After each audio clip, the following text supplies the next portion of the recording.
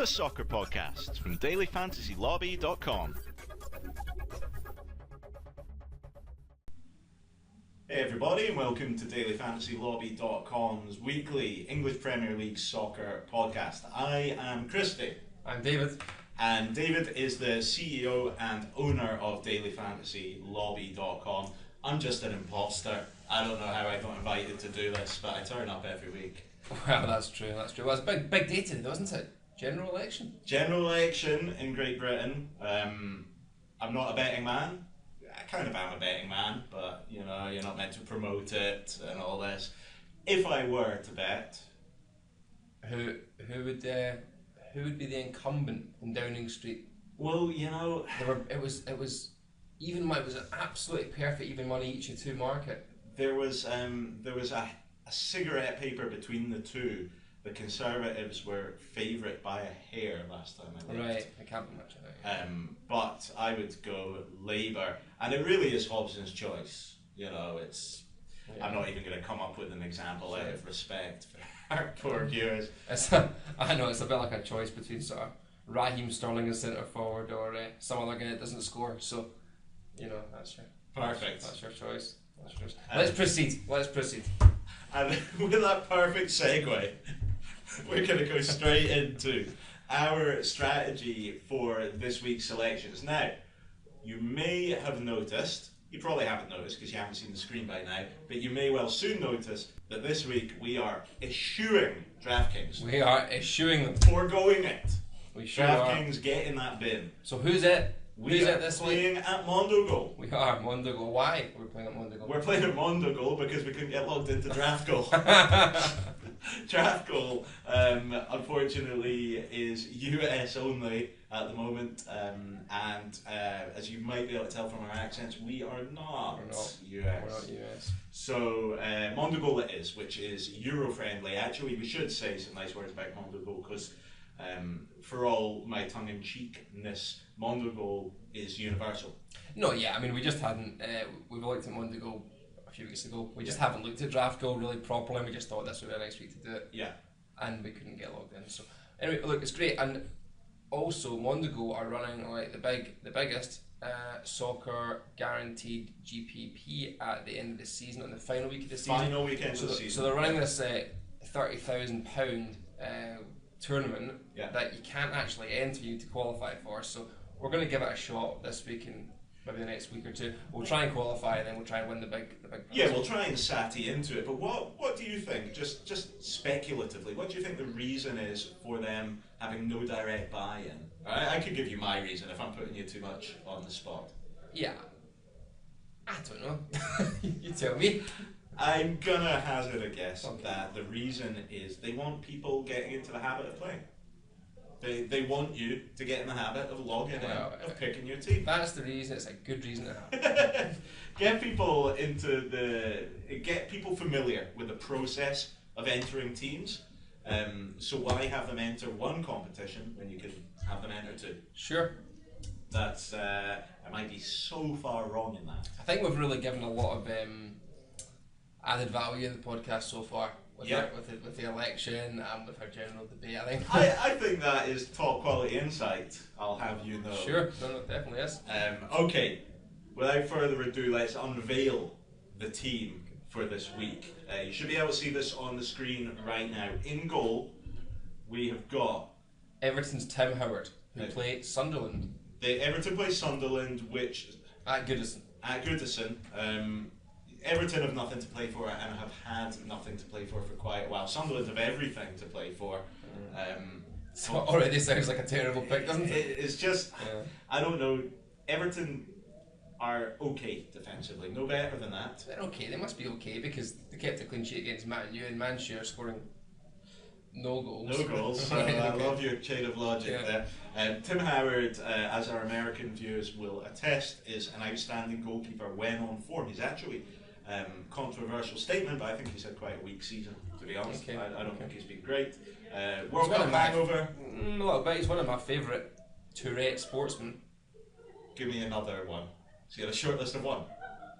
Yeah. Yeah, he's one of my favourite. He is, yeah. One of my favourite. Technically correct. Okay, so we've gone for Tim Howard in goals. If anything, it's because he's a good price. I think so. We had 6 million and you win. And you know, do we even need to talk about Bertrand? Ryan Bertrand every week, every site, every week. Doesn't matter what the scoring rules are. Yeah. Ryan Bertrand's in there. Yeah, I pick him mainly because he's cheaper than Leighton Baines, who's the only other decent left back in the country. Yeah, no, absolutely. We did have Leighton Baines in the lineup, and we realised we were 4 million short of a striker, so we had to. I don't know about you, David. Right? Again, another off-script conversation, but I find myself picking as if I'm making my selections as if I'm picking an actual football team rather than, because I only need 4 defenders. Yeah. I don't need a left back and a right back. I still pick a left back. Oh no, you need to have balance in the team. I mean, you don't want too many right-sided guys. It's such nonsense, but I do it. I know. I don't. Okay. But I can understand that you do. So Ryan Bertrand the left back, right back, Pav Zab, Man City. Exactly, good balance, 8 million. We weren't sure about. I think we sort of looked at Man City game against QPR and we thought there's a little chance of a clean sheet there, and you know, people might go for a few defenders. Joe Hart might be picked by a lot of guys and stuff, but we weren't sure about the selection policy behind Man City this weekend. We weren't sure that. No, I think as much as anything, David particularly wanted Kolarov in the team, which I can completely get behind. But it's that classic when you have a squad as big as Man City's. Which player does he pick? Does he go with Clichy, give him a game, or does he go with Kolarov? I mean, it's like, do they have an eye on next season? I would have thought. Well, is there any point in having an eye on next season? Different managers. They're going to be rooted out. I would say. Think so? Of the current 11, I'd say no more than half start next season. And then the manager? No, he's gone. He's gone. He's gone. That is like safest bet ever. He's gone. Okay. The guy that intrigued me in your defensive picks this week was 4.2 million. A nice cheap, really nice cheap pick. Was Wilson from Stoke. Wilson, yeah. What's he going to bring to your lineup? Well, hopefully not ill discipline, which is always the concern with a sort of a more euphemistically speaking agricultural defender. Mm-hmm. He's cheap. He freed me up to spend some decent money. Otherwise, other ways. Spurs. Is he an attacking player? I mean, I know really almost nothing about this guy. No, he's just a defender. He just sits there. He's a classic Stoke defender. You know how they like 4 big guys across the back. So he's like an empty seat. He's an empty seat. Look, they're playing Spurs. Spurs away. They don't have mad goals in them, do they? If Kane isn't scoring, Spurs ain't scoring. No, you can see it. So I'm not saying that this is like pick of the century or anything, but price-wise, what was it? 4.2 mega. 4.2 mega. I got to stand behind that. Yeah, okay. And Ron Vlaar completes your lineup at the back? Yeah, Villa are playing West Ham. West Ham, as we discuss every week, are struggling for creativity, struggling for shots on target, let alone goals. Ron Vlaar. But Valencia looked very dangerous last week. Such a good player. Such a good player.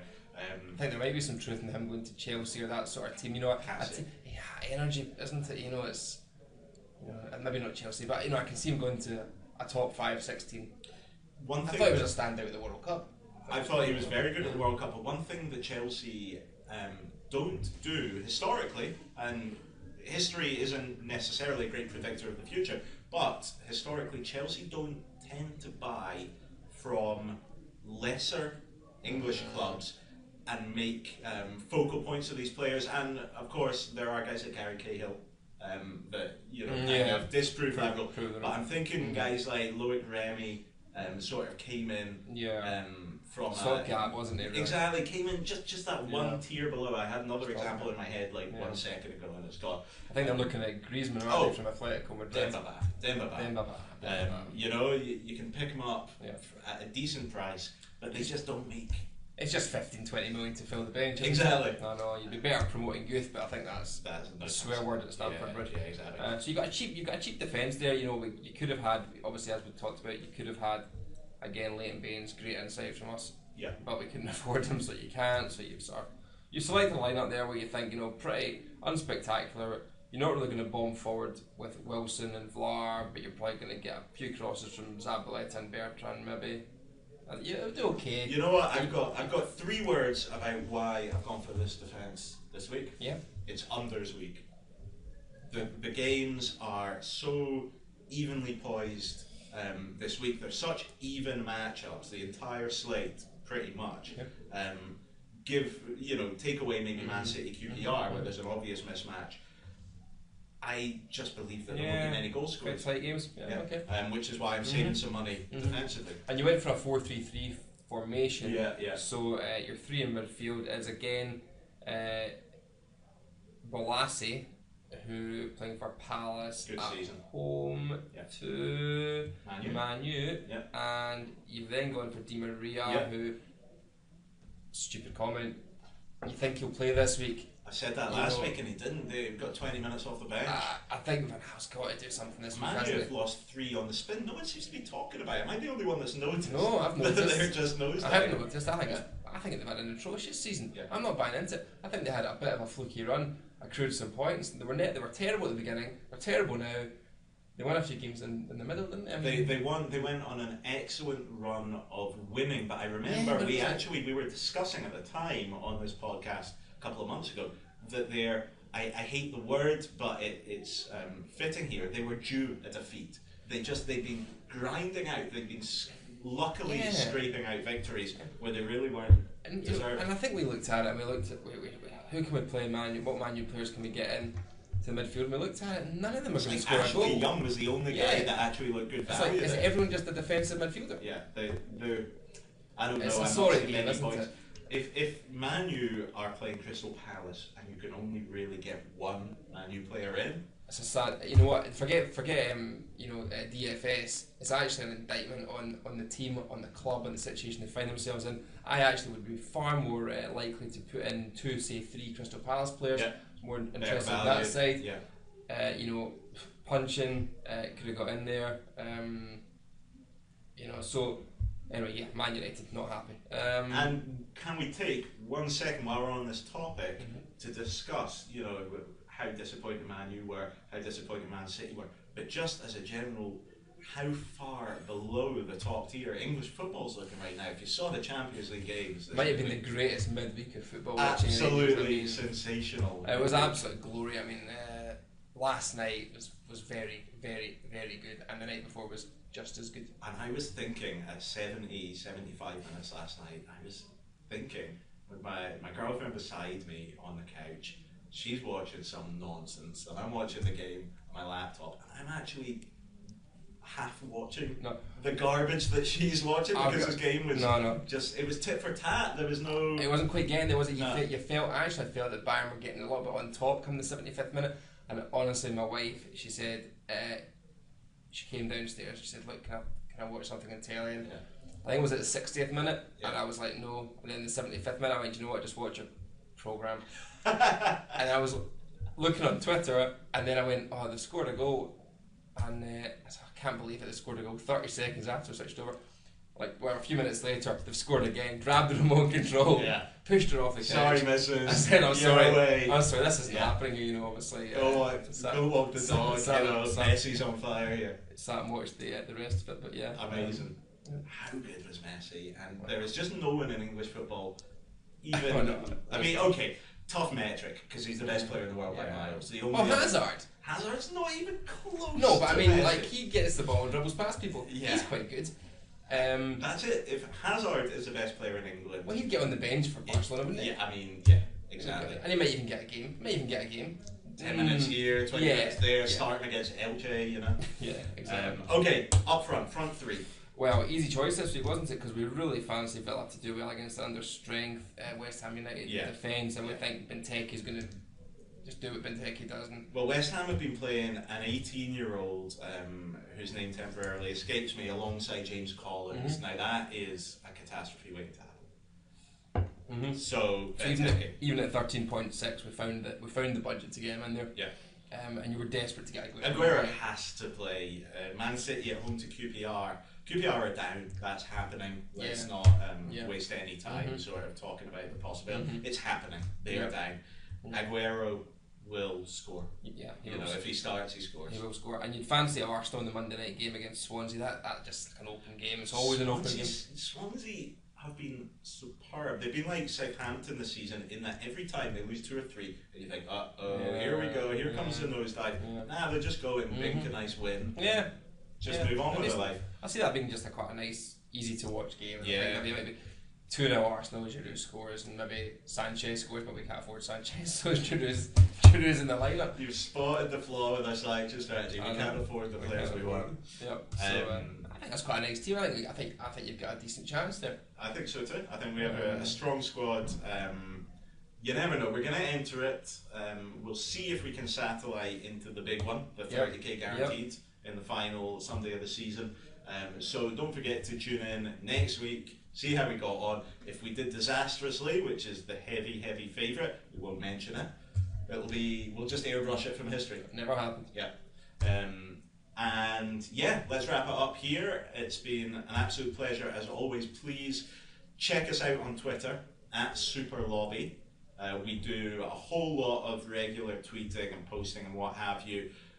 Just this week I actually wrote a guest article that we've been promoting around the Twitter sphere. Hopefully you can fire on in and give that a bit of social media love. Yep.